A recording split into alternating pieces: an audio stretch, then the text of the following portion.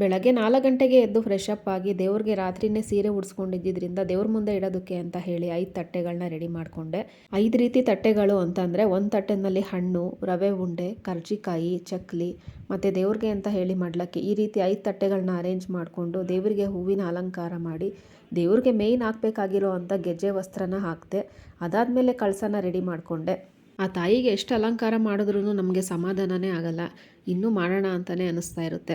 ಕೊನೆಗೆ ದೀಪಕ್ಕೆ ಅರಿಶಿನ, ಕುಂಕುಮ ಮತ್ತು ಬತ್ತಿನ ಹಾಕಿ ದೀಪಾಲಂಕಾರ ಮಾಡಿಕೊಂಡು ಒಂದು ದೀಪಕ್ಕೆ ಎಣ್ಣೆ ಮತ್ತು ಇನ್ನೊಂದು ದೀಪಕ್ಕೆ ತುಪ್ಪನ ಹಾಕಿ ನಾನು ಅರೇಂಜ್ ಮಾಡಿಕೊಂಡೆ. ದೇವ್ರಿಗೆ ನೈವೇದ್ಯ ಇಡೋದಕ್ಕೆ ಅಂತ ಹೇಳಿ ಬಾಳೆ ಎಲೆ ಮೇಲೆ ಒಬ್ಬಟ್ಟನ್ನ ತಟ್ಕೊಂಡು ಒಬ್ಬಟ್ಟನ್ನು ಸುಟ್ಕೊಂಡೆ.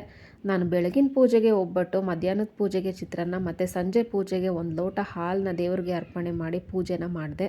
ದೇವ್ರ ಮುಂದೆ ಎಲ್ಲ ಐಟಮ್ಸ್ನು ಕರೆಕ್ಟಾಗಿ ಇಟ್ಟಿದ್ದೀನಾ ಇಲ್ವಾ ಅಂತ ಹೇಳಿ ನಾನು ಒಂದ್ಸಲ ಎಲ್ಲ ಚೆಕ್ ಮಾಡಿಕೊಂಡೆ.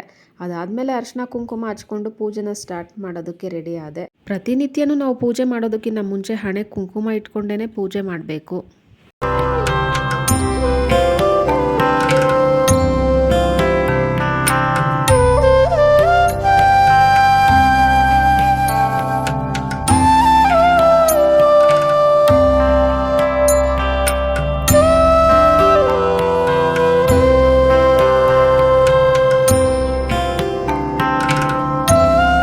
ಲಕ್ಷ್ಮಿ ಅಷ್ಟೋತ್ತರ ನಾಮಾವಳಿನ ಪಠನೆ ಮಾಡಿದೆ.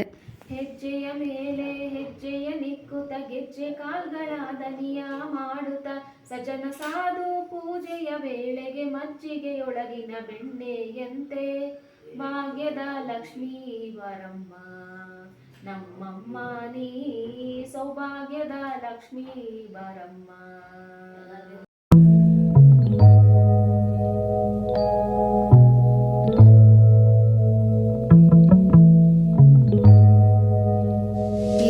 ನಾನು ಪೂಜೆನ ಸಲ್ಲಿಸಿ ವರಮಹಾಲಕ್ಷ್ಮಿನ ಒಂದು ಹಾಡಿನ ಮೂಲಕ ನಾನು ಅಂದ್ಕೊಂಡಿದ್ದ ಸಮಯಕ್ಕೇನೆ ಬರಮಾಡಿಕೊಂಡೆ. ಪೂಜೆ ಎಲ್ಲ ಮುಗಿತಿದ್ದಾಗೇನೆ ಅಡುಗೆ ಕೆಲಸಗಳನ್ನ ಮಾಡಿಕೊಂಡೆ. ಮಧ್ಯಾಹ್ನದೊತ್ತಿಗೆ ಊರಿಂದ ನೆಂಟರುಗಳೆಲ್ಲ ಬಂದಿದ್ದರು. ಅವ್ರು ಫಸ್ಟ್ ಟೈಮ್ ನಮ್ಮ ಮನೆಗೆ ಬರ್ತಾ ಇರೋದು, ಗೃಹ ಪ್ರವೇಶದಲ್ಲೂ ಬಂದಿರಲಿಲ್ಲ. ಮನೆಯೆಲ್ಲ ನೋಡಿ ಸ್ವಲ್ಪ ಹೊತ್ತು ಕೂತಿದ್ರು. ನಮ್ಮ ತಾತ ಅಂತೂ ಮನೆ ನೋಡಿ ತುಂಬಾ ಖುಷಿಪಟ್ಟರು. ಎಲ್ಲರೂ ದೇವ್ರಿಗೆ ಅಲಂಕಾರ ತುಂಬಾ ಚೆನ್ನಾಗಿ ಮಾಡಿದ್ಯಾ ಅಂತಲೂ ಹೇಳ್ತಾಯಿದ್ರು. ಊಟ ಎಲ್ಲ ಮುಗಿಸ್ಕೊಂಡು ಊರಿಗೆ ಹೊರಡಬೇಕು ಅಂತ ಹೇಳಿ ಅರಿಶಿನ ಕುಂಕುಮ ತಗೊಂಡು ಅವರು ಸಹ ಹೊರಟರು.